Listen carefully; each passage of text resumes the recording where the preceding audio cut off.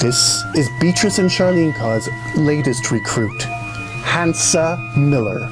She is helping them on this latest disappearance turned murder. Beetrice and Charleenkaw are the greatest. They really turned my life around. A month ago, I was manager of a Best Buy, and I had no idea about the power of the mind. And now, here I am, I've quit my job, and I live in Beatrice's basement.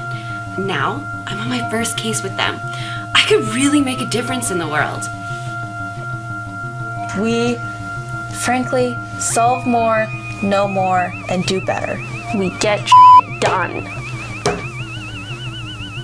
If you are having symptoms of psychic awakening, contact Beetrice and Charleenkaw. We can help.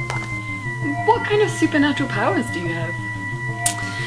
As of yet, I haven't realized my full potential or seen any evidence of supernatural ability. But Charleenkaw says it's only a matter of time, and I shouldn't lose hope. So what do you hope to achieve by completely changing your life to serve the needs of Beatrice and Charleenkaw? Well, I hope to overcome the barriers of time and space to help solve gruesome crimes. It's my end goal. That would seem to be the end goal of Beetrice and Charleenkaw as well. Like any person locked in a dark room, they feed off the vibrations of the dead to save the living. I feel like I wouldn't be the person or the investigator or the detective I am today without her. I don't think she would have gone through the psychic trauma if it wasn't for me. So, okay, here's the story. We were walking down the street, and I saw a rabbit. And Charleenkaw, at first, she couldn't see the rabbit, and so I was like, okay, I'm having a psychic breakthrough here, and maybe I'm even more powerful than she is. At this point, I was amazed.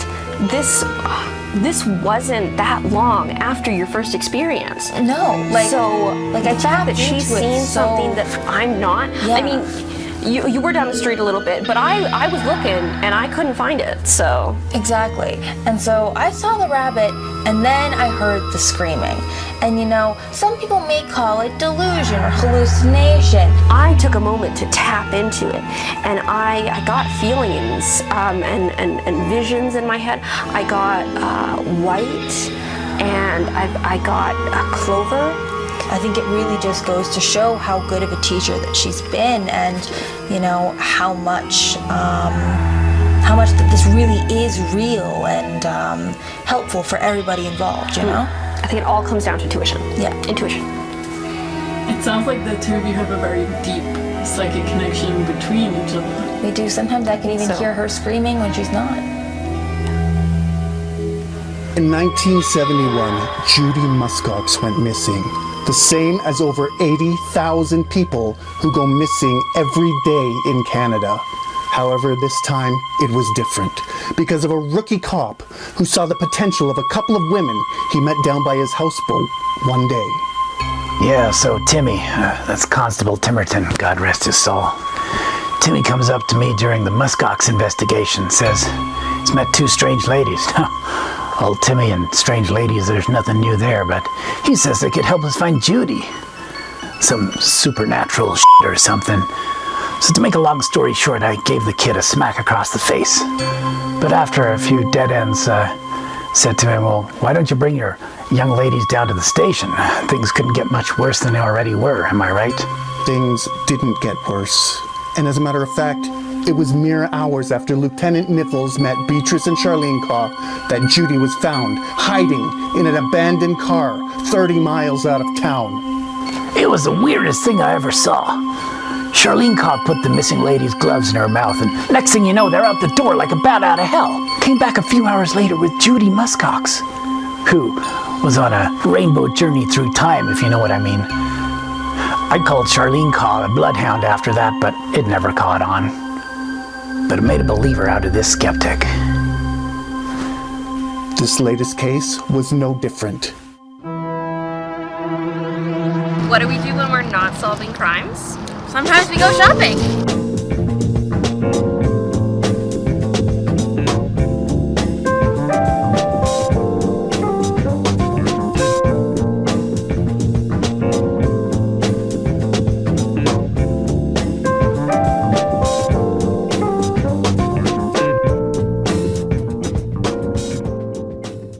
and the winds of psychic energy have dragged these detectives exactly where they needed to go.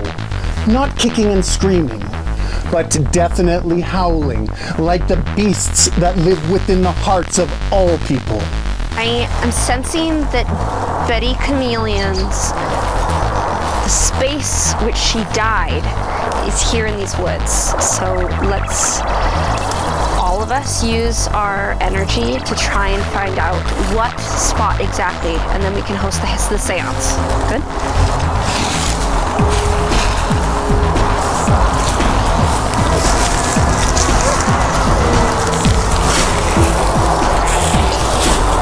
This way, this way. The tree is telling me that something happened over here. The tree is telling me, sensing. Yes, yes, this way.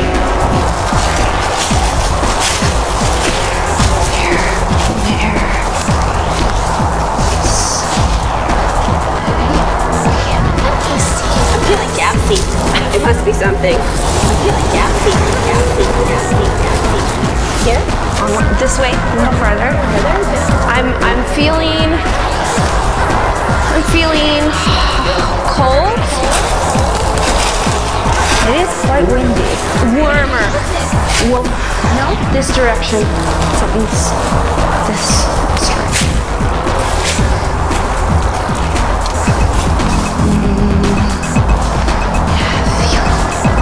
Hot. Very hot. Thank you. Hot. Hot's good. Right here. This is it. This was the scene. I can feel it. The energy here is very strong. It is now time for the hypnotic session. Prepare yourselves. It is now time for the hypnotic session.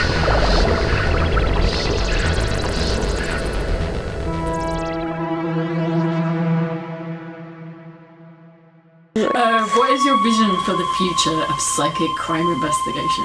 My God, there's always visions. What can I say? I mean, there's visions right now. I could do one right now if you like. That would be fantastic. Music.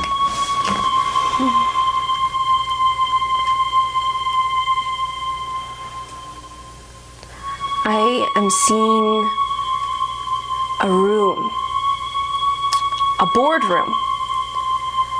There are some police, and we're there, and there's files on the table, and there's clapping, and we've been given medals.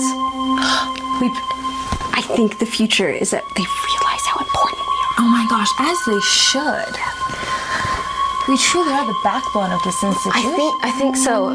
Yes, and I think that vision really just kind of sparks the vision in my head that, proves that we're on the right path and that we're going in the right direction here. Now, if you listen to the psychic energy right now, what are you getting?